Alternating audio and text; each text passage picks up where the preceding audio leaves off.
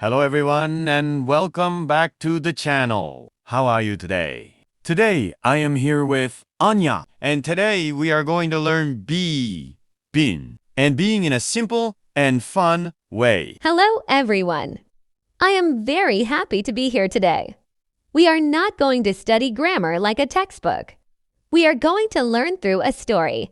That sounds interesting because I always get confused. I see been, and being, but I don't know when to use them.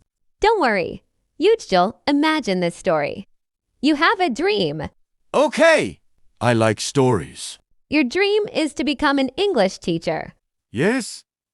I really want to teach English. Great, now tell me. I want to be an English teacher. I want to be an English teacher. Perfect. We use be because it comes after want to. So I cannot say, I want to be an English teacher. Exactly. That is incorrect. After want to, always use be. Let me try another one. I hope to be a good speaker. Excellent. Here are more examples. I want to be healthy. She wants to be a doctor. They want to be happy. I think I'm starting to understand. Wonderful. Now let's continue the story. Okay. 5 years pass. You study every day. You practice English. You work very hard.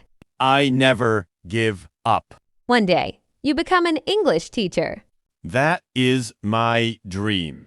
Now your friend asks, how long have you worked as a teacher? I'm not sure how to answer. You say, I have been an English teacher for 2 years. Oh, why do we use been? Because we are using have. After have, we use been, not be. So I have be a teacher is wrong. Yes, it is wrong. And I have been a teacher is correct. Exactly. Can you give me more examples? Of course. I have been busy all day. She has been sick since Monday. We have been friends for many years. They have been very helpful. Great. Did you notice something? Yes. Every sentence has have or has before been. That's the key. When you see have, has, or had, think about been. That makes it much easier. Now let's make this story more interesting. I'm ready. You become a famous English teacher. Many students come to your class every day. Really? That sounds amazing. One student says, Yujil, thank you for helping us. I smile and say, you're welcome. Another student says, thank you for being so patient. Wait. Now we have being. Yes? Why do you think the student says being instead of be? I'm not sure. Don't worry.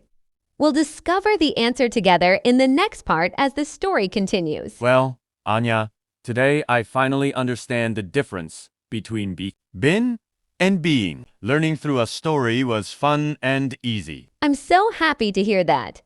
Yujil, I hope our listeners also learned something new today. Remember, don't just memorize grammar. Listen, speak, and practice every day. The more you practice, the more confident you will become. If you enjoyed this conversation, please like this video and subscribe to our channel for more easy English podcasts. And don't forget to tell us in the comments which grammar topic you want us to explain next. Thank you so much for watching and learning English with us. See you in the next episode.